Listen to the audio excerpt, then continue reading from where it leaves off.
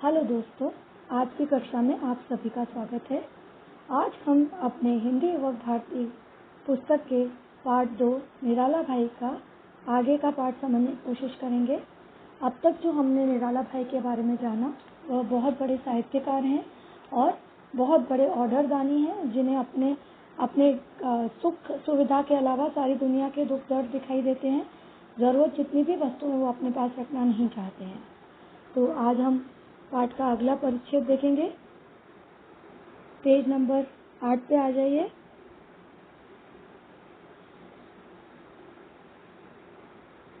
यह परिच्छेद शुरू करने के पहले हम जरा कठिन शब्द देख लेते हैं। पहला हमारा कठिन शब्द है प्रायः। प्रायः मतलब अक्सर। श्रेष्ठता, उत्तमता, कोई इंसान कितना श्रेष्ठ है। छांटकर, चुनकर। विष, जहर। सूली, फांसी या कील से भी सूली दी जा सकती है, जैसे जीसस क्राइस्ट को दी गई थी, ईसा मसीह को। बर्बर, हिंसक। बहुत सारे मनुष्य जो होते हैं वो बर्बर होते हैं। उनमें आदमियों के नहीं, पशुओं के गुण होते हैं, उन्हें बर्बर बोला जाता है। चेतना, बुद्धि। उपरांत, बाद, उसके उपरांत। अभिशाप, बहुत बड़ा शाप। सृष्टाओं, जिसको हम कर्स भी कहते हैं, अभिशाप, कर्स, किसी को कर्स करना।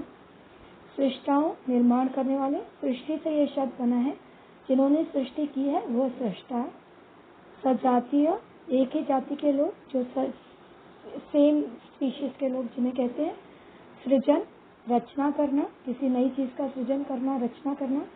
आवश्यकता, जरूरत, हमें किस चीज की कितनी आवश्यकता है। परे, दूर। भ्रांतियां, भ्रम। विशिष्ट, विशेष। लोहसार मतलब लोहे का कटघरा। परिच्छेद देख लेते हैं। मनुष्य जाति की नासमझी का इतिहास क्रूर और लंबा है। आपको पता है, ये बोला जाता था कि पहले मनुष्य न हो के पशु था, धीरे धीरे वह मनुष्य में परिवर्तित हुआ। तो जो नासमझ मनुष्यों का इतिहास है, क्रूर और लंबा है, क्योंकि प्राय सभी युगों में मनुष्य ने अपनी में श्रेष्ठता पर समझ में आने वाले व्यक्ति को छांटकर, कभी उसे विष देकर, कभी सूली पर चढ़ाकर और कभी गोली का लक्ष्य बनाकर अपनी बर्बर मूर्खता के इतिहास में नए पन्ने जोड़े हैं, नए पृष्ठ जोड़े हैं। अक्सर ये देखा गया है कि हर युग में मनुष्य से अगर कोई दूसरा मनुष्य श्रेष्ठ है या बेहतर है, तो वह उस मनुष्य को किसी भी तरीके से विष देकर या सूली पर चढ़ाकर या गोली का लक्ष्य, गोली मारकर अपनी मूर्ख, बेवकूफ इतिहास लिखे गए, जहाँ जरूरत नहीं थी। मनुष्य को मनुष्यों से प्रेम करना चाहिए, पर वहाँ पर क्या हुआ है, कोई भी मनुष्य श्रेष्ठ है तो उसे मार दिया गया है। यह हमारे इतिहास के पन्नों में लिखा हुआ है। कोई भी किताब उठा के पढ़िए, आपको पता पड़ जाएगा बिना बात के हमने कितने सारे युद्ध लड़े हैं। प्रकृति और चेतना न जाने कितने निष्फल प्रयोगों के उपरांत ऐसे मनुष्य का सृजन कर पाती है जो अपने सृष्टाओं से श्रेष्ठ हो, पर उसके सजातीय ऐसे अद्भुत सृजन को नष्ट करने के लिए इससे बड़ा कारण खोजने की भी आवश्यकता नहीं समझते। प्रकृति और चेतना न जाने कितने निष्फल प्रयोगों के उपरांत इस प्रकृति ने निराला जी जैसे मनुष्य बहुत कम पैदा किए। तो जब प्रकृति ने इतने अद्भुत इंसान की सृजन किया, तो जो कि अपने सृष्टि करने वालों से भी बेहतर है, तो उसके जो साथ के, उसके काल के जो मनुष्य होते हैं, ईश्वर के ऐसे अद्भुत क्रिएशन या सृजन को नष्ट करने के लिए कारण खोजते हैं कि वो, और यह कारण हमारी समझ से भी परे है कि हमें समझ ही नहीं आता कि उस इंसान की गलती क्या थी कि उसे मिटा देना चाहता है ये संसार। और यही सत्य इनकी भ्रांतियों से मेल भी नहीं खाता। निराला जी अपने युग की विशिष्ट प्रतिभा हैं। उनके जैसी अद्भुत प्रतिभा, उनके जैसे अद्भुत धनी व्यक्ति, इतने बड़े साहित्यकार कोई दूसरे हुए ही नहीं। अतः उन्हें अपने युग का अभिशाप झेलना पड़े तो आश्चर्य नहीं। इसीलिए उनके विरुद्ध बोलने वाले भी लोगों की कोई कमी नहीं थी। उनके जीवन के चारों ओर परिवार का वह लौसा घेरा नहीं था। उनका जो जीवन था, उनके पास कोई भी रिश्तों का, लोहे का बंधन नहीं था जिससे बंधकर इंसान वह चीजें इकट्ठी करता है जो जीवन की आवश्यकता है। उनका कोई था ही नहीं परिवार नाम की चीज। तो उनके आगे कोई बंधन उन्हें बांध ही नहीं पाता था, कोई घेरा उन्हें घेर ही नहीं पाता था। अगला परिच्छेद देखते हैं। अगला परिच्छेद देखने के पहले उसके कठिन शब्द देख लेते हैं। व्यक्तिगत होती है निजी बातें, निजी। जैसे यह बात बड़ी व्यक्तिगत है, यह किसी से न कहिएगा, यह बात बड़ी निजी है। कोंपल, जब पेड़ों पर नई पत्तियां उगती हैं। मातृहीन, बिना माँ के, कोई अगर बालक बिना माँ का है उसे बोलते हैं मातृहीन बालक है। निरुपाय, बिना किसी उपाय का। वंचित, किसी चीज से कमी हो, किसी चीज की कमी रह गई हो, उसे वंचित कहा जाता है। उपेक्षा, नाराजगी, या हम किसी चीज का उपेक्षा करते हैं, किसी चीज को पसंद नहीं करते तो उस चीज को निग्लेक्ट करते हैं, उसे उपेक्षा करना बोलते हैं। प्रतिकूल, विपरीत, विरुद्ध। सहय, सहन करने जैसा, जो चीज मुझे सहन हो, जिसे मैं बेर कर सकूं, बर्दाश्त कर सकूं। अछोर, जिसका अंत न हो। अकूल, जिसका कोई तट न हो, जिसका कोई किनारा न हो। निश्चल, छल के बिना। कई लोग बहुत निश्चल होते हैं, बालकों जैसे, छोटे बच्चों जैसे। पर्याय, समान, इसके जैसा कोई नहीं, इसके समान कोई नहीं, इसका कोई पर्याय नहीं। आप हिंदी व्याकरण में पर्यायवाची करते हैं, शब्द अर्थ जिसका सेम मीनिंग होता है, समानार्थी होता है, वही पर्याय होता है। व्यूह में ऐसे आपको समझा सकती हूँ, चक्र व्यूह, एक तरीके का बंधन बना दिया जाता है, वह होता है व्यूह। आघात, चोट करना किसी के ऊपर। प्रत्यक्ष, दिखने वाली। दंशन, डंक, जैसे सांप अपना दंश मारता है। मूर्छित हो जाना, बेहोश हो जाना, होश खो जाना। सतत, निरंतर, कंटिन्यूस। त्रिवेणी, यहाँ पर 2-3 चीजें आके मिलती हैं, जैसे 2 या 3 नदियां अगर एक साथ आके मिलती हैं तो उसे त्रिवेणी बोला जाता है, संगम बोला जाता है। मरु मतलब रेगिस्तान। हमारे यहाँ का मरुस्थल कौन सा है? राजस्थान। राजस्थान में थार डेजर्ट हमारे यहाँ का सबसे बड़ा मरुस्थल है। अब पाठ समझने की कोशिश करते हैं, परिच्छेद समझ लेते हैं जरा। तो उनके आगे पीछे कोई उनका लौहसर या लोहे का कटघरा या घेरा था ही नहीं, जो व्यक्तिगत विशेषताओं पर चोट भी करता और बाहर की चोटों के लिए ढाल भी बन जाता है। जब हम अपने परिवार के साथ रहते हैं तो अगर हम कहीं गलत होते हैं तो वो हमें सही कर देते हैं, हमें हमारी गलतियां बताते हैं। और अगर कोई बाहर का व्यक्ति आकर हमें तकलीफ देने की कोशिश करता है तो ढाल भी बन जाते हैं। तलवार और ढाल आपने देखी होगी, तलवार से वार किया जाता है और ढाल से वार रोका जाता है। गोल एक लोहे का हथियार रहता है जिससे अपने ऊपर किए गए वार रोके जाते हैं। उनके निकट, निराला जी के निकट माता, बहन, भाई आदि के कोंपल उनके लिए पत्नी वियोग के पतझड़ बन गए।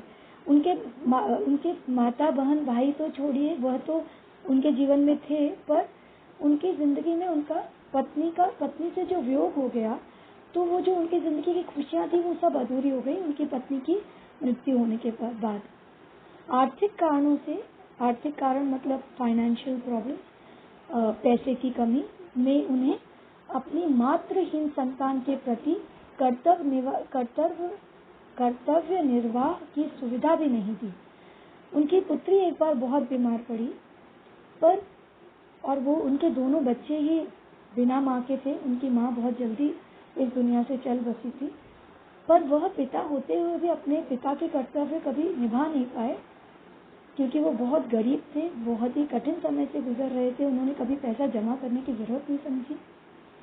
पुत्री के अंतिम क्षणों में वे निरुपाय दर्शक रहे और पुत्र को उचित शिक्षा से वंचित रखने के कारण उसकी उपेक्षा के पात्र बने। उनकी पुत्री जब अपनी जिंदगी की अंतिम सांसें ले रही थी तो उनके पास कोई उपाय ही नहीं था उसे इलाज कराने का। उनके पास बिल्कुल धनराशि नहीं थी। वह मूक दर्शक बने, चुपचाप अपनी पुत्री की मृत्यु को पास आते देखते रहे और यही उनके पुत्र के साथ वह शिक्षा उसे पूरी न दिला पाए, उचित शिक्षा न दिला पाए।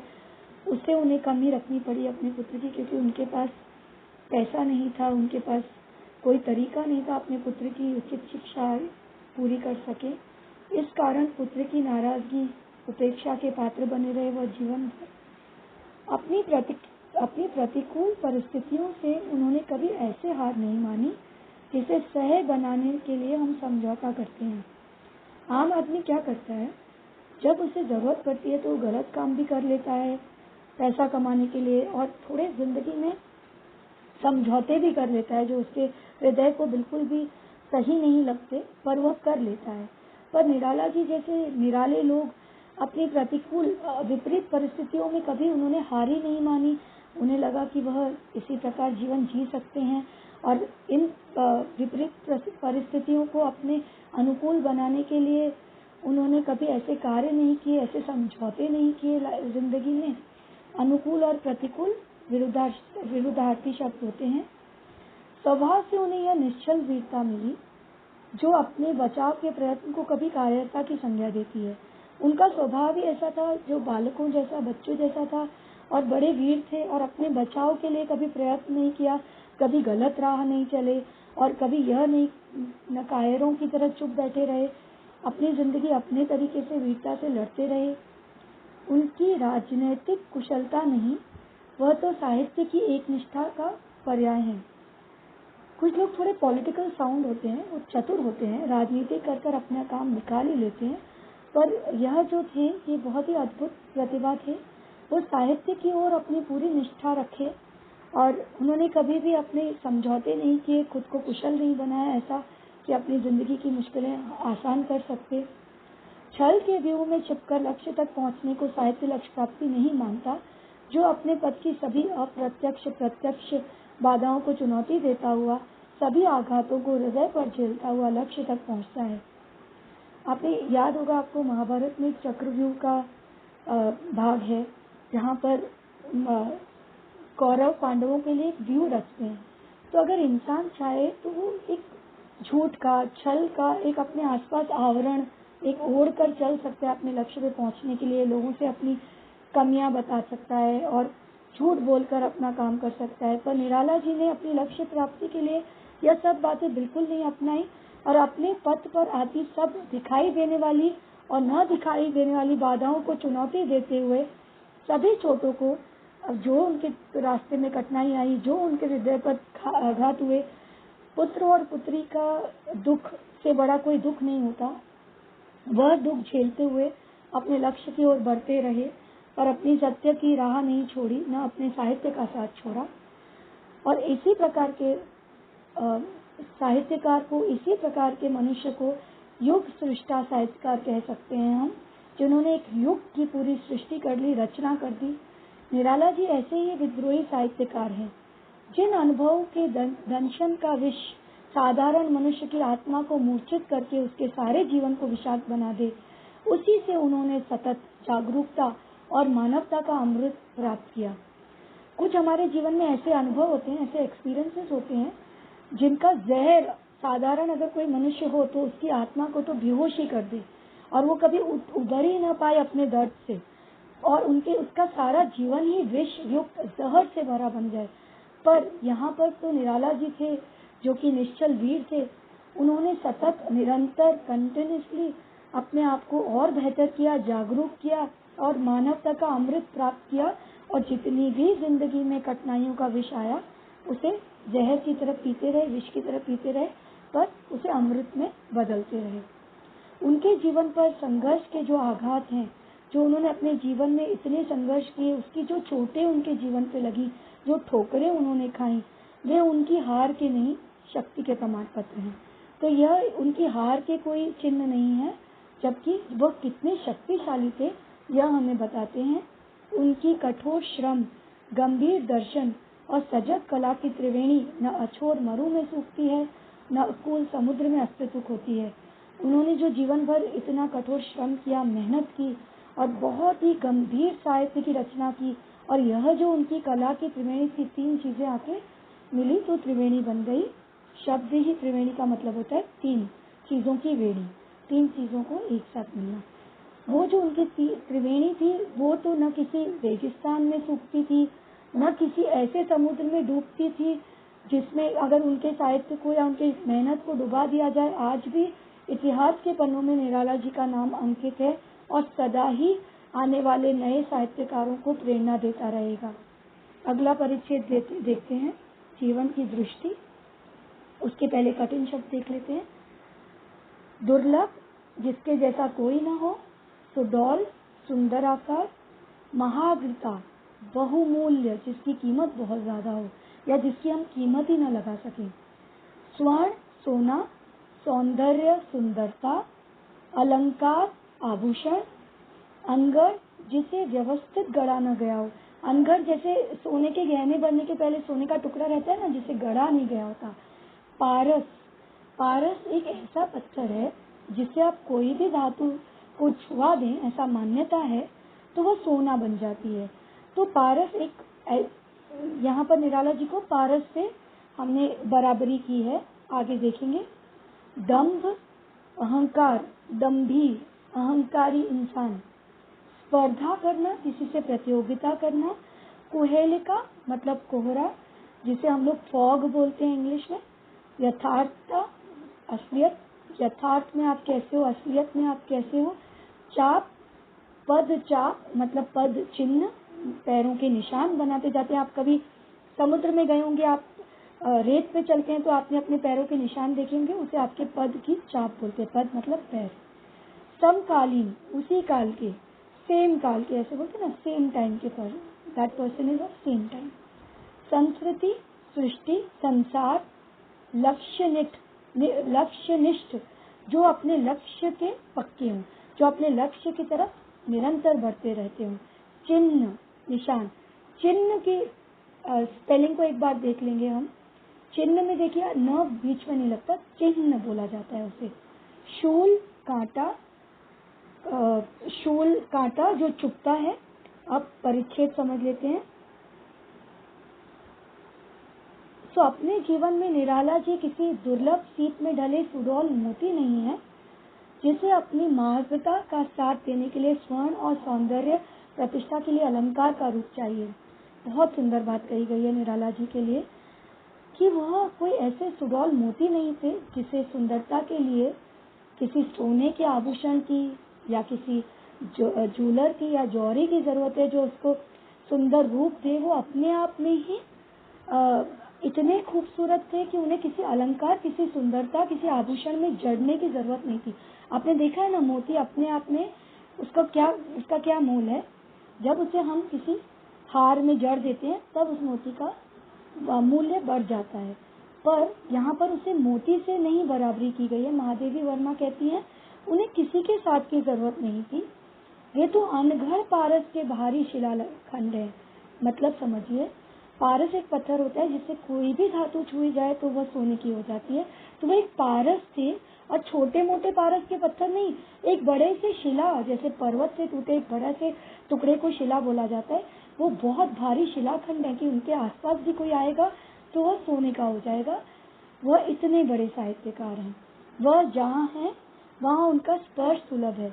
वो उस कोटि पे, उच्च कोटि पे हैं कि अगर वो किसी को छू भर लें, किसी को टच कर लें, तो वह इंसान का तो जीवन ही सुधर जाएगा। यदि स्पर्श करने वाले में मानवता के लौह परमाणु हैं, तो किसी और से भी स्पर्श करने पर वह स्वर्ण बन जाएगा। यहाँ कहा गया है कि अगर उन्हें छूने वाला लोहे जैसा कठोर भी हो तो वह भी स्पर्श बन जाए, वह भी सोने का बन जाएगा उन्हें छूते ही। पारस की अमूल्यता दूसरों का मूल्य बढ़ाने में है, और ऐसे निराला जी जैसे लोगों को पारस से बराबर किया गया है, उन्हें कंपेयर किया गया है, तो वो तो इतने बहुमूल्य हैं, अमूल्य हैं कि उनके पास आने से दूसरों का मूल्य बढ़ जाता है, और इनके मूल्य में, उसके मूल्य में न कोई कुछ जोड़ सकता है न घटा सकता है। और निराला जी तो इतने बहुमूल्य हैं कि कोई उनके पास आए तो भी कुछ नहीं जुड़ता, और न कोई उनसे दूर जाए तो न घट सकता है, क्योंकि वो तो अपने आप में परिपूर्ण है।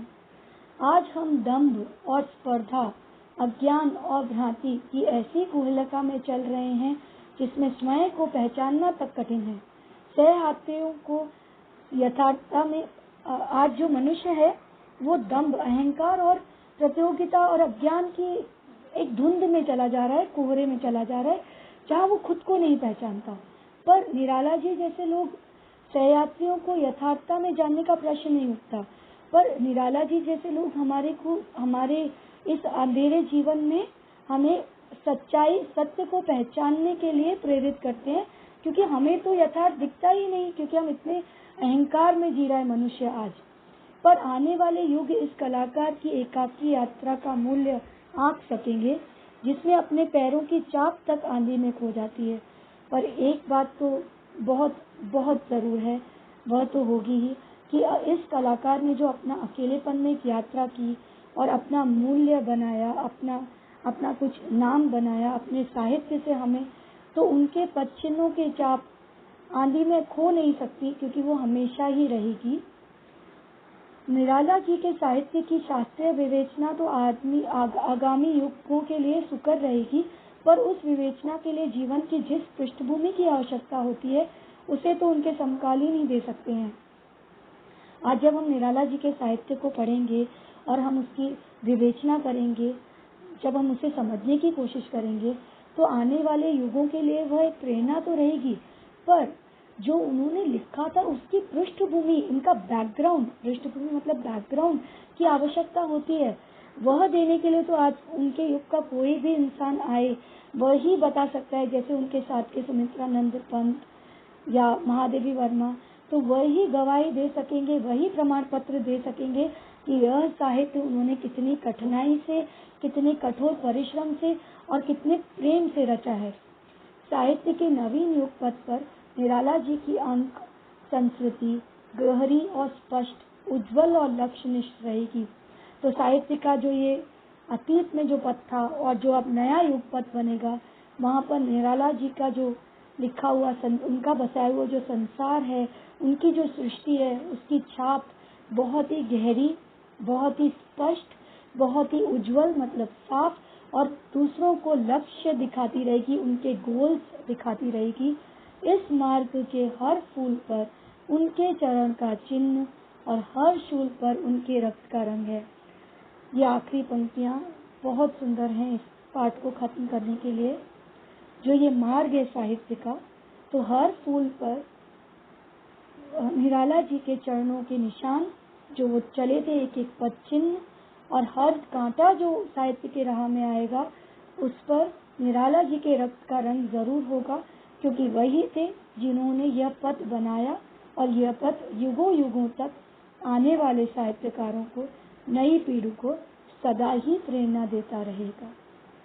इस पाठ को हम यहीं समाप्त। आइए इस पाठ का स्व अध्याय कर लेते हैं। आप पहला प्रश्न है, लेखिका के पास रखे 300 रुपए इस प्रकार समाप्त हो गए। तो आपको याद ही रहेगा कि निराला जी ने 300 रुपए लेखिका के पास रखवाए थे, जो उन्होंने बांट दिए। तो वो कैसे बांटे गए? 50 रुपए विद्यार्थी के परीक्षा शुल्क के लिए, 60 रुपए साहित्यिक मित्र को दिए, 40 रुपए लखनऊ के टांगे वाली की माँ को मनी ऑर्डर किया, और 100 रुपए दिवंगत मित्र की भतीजी के विवाह के लिए दिए। अगला प्रश्न है, अतिथि की सुविधा हेतु निराला जी ये चीजें ले आए।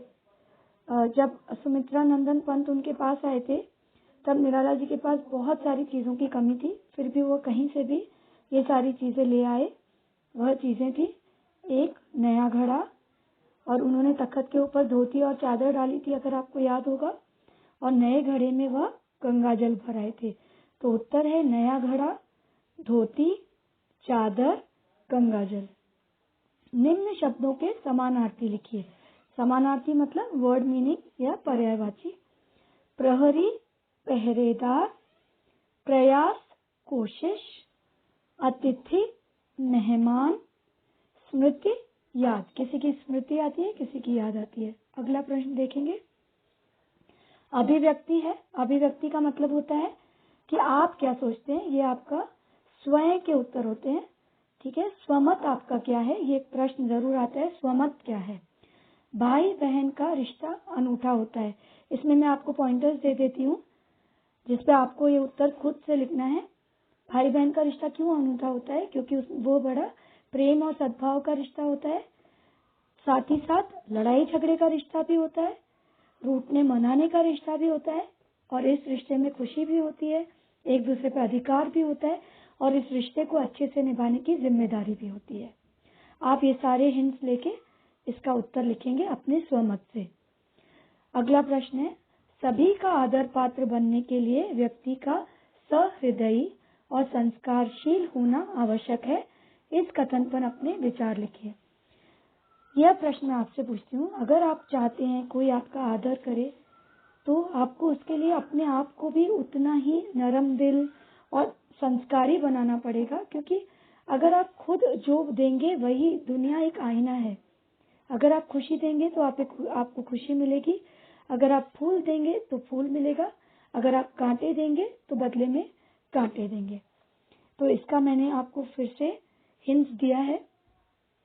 अगर आप इज्जत पाना चाहते हैं, सम्मान पाना चाहते हैं, तो आपको स्वयं भी वही दुनिया को देना पड़ेगा। सत्य, नेक चरित्र, अच्छाई के रास्ते पर चलना पड़ेगा, क्योंकि अच्छाई का बदला अच्छाई है और बुराई का बदला बुराई। इन हिंट्स को लेकर आप यह उत्तर भी अपने आप लिखिए, क्योंकि ये स्वमत के प्रश्न हैं। निराला जी की चारित्रिक विशेषताएं लिखिए। पूरा पाठ पढ़ने के बाद हमें निराला जी की बहुत सारे चरित्र की विशेषताएं पता चली हैं, जैसे वह दृढ़ निश्चयी थे, बहुत ही उनका निश्चय दृढ़ होता था। छायावादी कवि होते हुए भी क्रांतिकारी सोच रखते थे और धड़दानी थे, बिना सोचे समझे दान किया करते थे, बहुत ही संवेदनशील थे और उनका चरित्र बड़ा ही निश्चल था। बिल्कुल भी छल नहीं था उनके चरित्र में। यह विशेषताएं और कुछ और विशेषताएं अगर आप ढूंढ पाए तो जरूर लिखिए। आखिरी प्रश्न है निराला जी का, एक सेकेंड, यह रोटेट कर लेते हैं जी। निराला जी का आतिथ्य भाव, निराला जी का आतिथ्य भाव स्पष्ट कीजिए। निराला जी में आतिथ्य भाव बहुत अधिक था। वह अपने पास सर्वथा कमी होने के बावजूद भी अपने अतिथि को हर सुख सुविधा का ध्यान रखते थे। देखिए, खुद के पास कितनी सारी चीजों की उनके पास कमी थी, कितनी सारी चीजों से वो वंचित थे, अपने पुत्र पुत्री को भी सुख सुविधा न दे पाए, पर अगर अतिथि आता था तो वह इक्का लेकर महादेवी वर्मा जी के घर पहुंच जाते थे कि अतिथि आए हैं, कुछ तो दीजिए, तेल आटा सब दे दीजिए। तो आतिथ्य भाव से स्पष्ट, इससे स्पष्ट होता है जो हमारी हिंदू धर्म की एक परंपरा है, अतिथि देवो भव, वही परंपरा को निराला जी निभा रहे थे। निराला जी का मूल नाम क्या था? अगला प्रश्न है, निराला जी का मूल नाम क्या था? सूर्यकांत त्रिपाठी निराला उनका मूल नाम था। हिंदी के कुछ आलोचकों द्वारा महादेवी वर्मा को दी गई उपाधि आधुनिक। निराला जी का आतिथ्य भाव स्पष्ट कीजिए। तो निराला जी में तो आतिथ्य भाव बहुत अधिक था। जैसे हिंदुस्तानी हमारी परंपरा है हमारे देश की कि अतिथि देवो भव, वह उसी में विश्वास रखते थे। खुद के पास हर चीज वंचित होने के बाद, हर चीज की कमी होने के बाद उन्हें कितनी सुख सुविधाओं से वंचित रहना पड़ता था, पुत्र पुत्री को सुख सुविधा नहीं दे पाते थे, वह होने के बावजूद भी वह अतिथि की हर सुख सुविधा का ध्यान रखते थे और यह इस बात पे, इस मान्यता पे यकीन रखते थे कि अतिथि देव की जगह पे है और आतिथ्य का सुख हर किसी को नसीब नहीं होता। अगले प्रश्न देख लेते हैं, निराला जी का मूल नाम क्या था? निराला जी का मूल नाम था सूर्यकांत त्रिपाठी और निराला उनका पेन नेम है, मतलब इस नाम के अंतर्गत वह लिखते थे का अपने साहित्य निराला। हिंदी में कुछ आलोचकों द्वारा महादेवी वर्मा को दी गई उपाधि, महादेवी वर्मा जी को दी गई आलोचकों द्वारा उपाधि थी आधुनिक युग की मीरा। यह उनके साहित्य को देखते हुए उन्हें आलोचकों ने नाम दिया था। इसके साथ ही हमारा यह अध्याय भी समाप्त होता है। अगली कक्षा में आपसे फिर